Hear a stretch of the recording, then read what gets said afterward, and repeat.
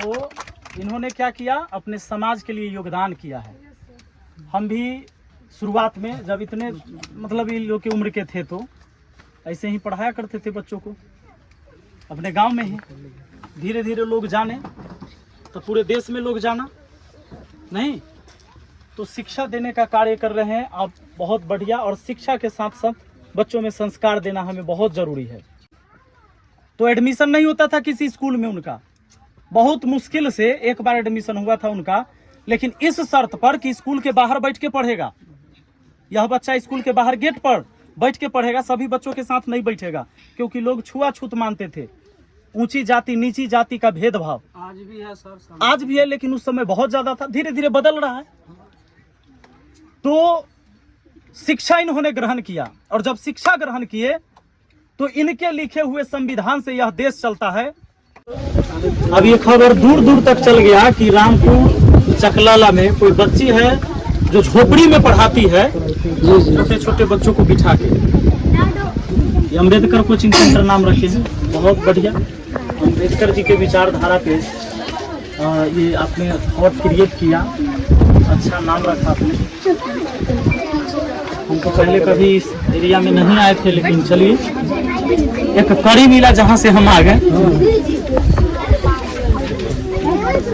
तो बार बार आना ही पड़ेगा। चाचा हमरा पहचान लिया, अपने तो ना पहचाना छियै, तो पहचान दे दै छी। नौजवान सब तो पहचानै छन। हम मुखिया होली सलाह पंचायत के, जो सहदेई प्रखंड में है जी। तो वहाँ के हम मुखिया हैं। मुखिया जी के साथ साथ मास्टर साहब भी छथिन। 60 लाख विद्यार्थी के पढ़बै छी हम यूट्यूब पर। पटना में हिनकर कोचिंग छन। इस बार अपने के विधानसभा क्षेत्र से महनार से एमएलए के चुनाव भी लड़ा। तो सपोर्ट रहते हैं क्या? पढ़ल लिखल आदमी, कोई शिक्षित आदमी अगर चुनाव लड़ते तो सपोर्ट करबे। और हम जाति पाति से ऊपर उठ के बिना टिकट के निर्दलीय हम चुनाव लड़े जा रहे हैं, कि हमरा पार्टी से कोनो मतलब नहीं है, हमरा मतलब है जनता से। वैसे हम तो खासकर आप लोग बच्चों से मिलने आए थे और बच्चों के टीचर से।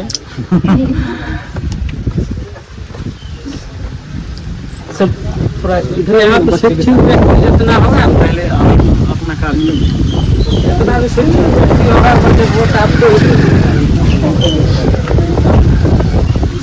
में शिक्षित होना बहुत जरूरी है। क्या क्या प्लान है?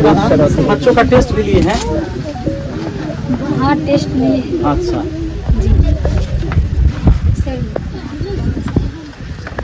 उधर उधर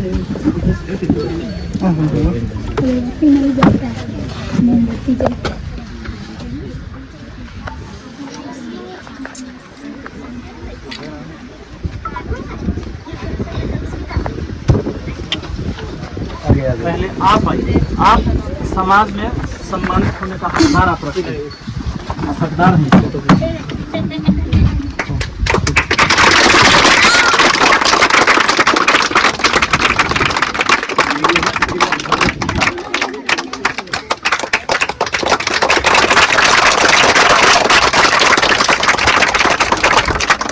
तो इन्होंने क्या किया, अपने समाज के लिए योगदान किया है। हम भी शुरुआत में जब इतने मतलब इन लोग की उम्र के थे तो ऐसे ही पढ़ाया करते थे बच्चों को अपने गांव में ही। धीरे धीरे लोग जाने तो पूरे देश में लोग जाना नहीं, तो शिक्षा देने का कार्य कर रहे हैं आप, बहुत बढ़िया। और शिक्षा के साथ साथ बच्चों में संस्कार देना हमें बहुत जरूरी है।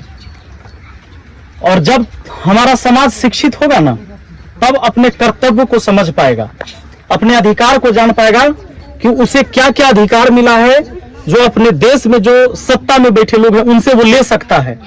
हम शिक्षित नहीं होंगे तो कोई उपाय नहीं है। सोच के देखिए जरा, जाति पाति तो आज तक भी होते आ रहा है और आगे की राजनीति भी ऐसे होगी।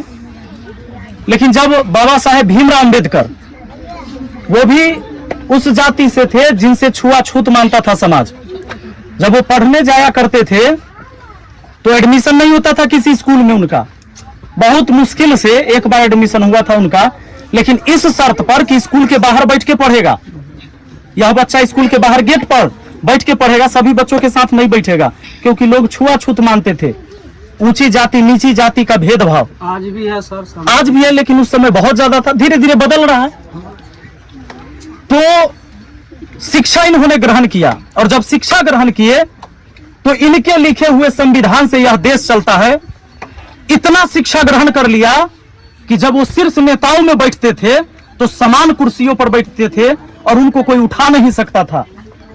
जब इन्होंने शिक्षा ग्रहण किया तो वो चीजें खत्म हो गई कि भाई तोरा से हमरा छुआछूत रहता आ तू जे कुर्सी पर बैठवाई वही पर हम सब न बैठाओ, चाहे हम बैठल हती तो तोरा बैठे न देवो।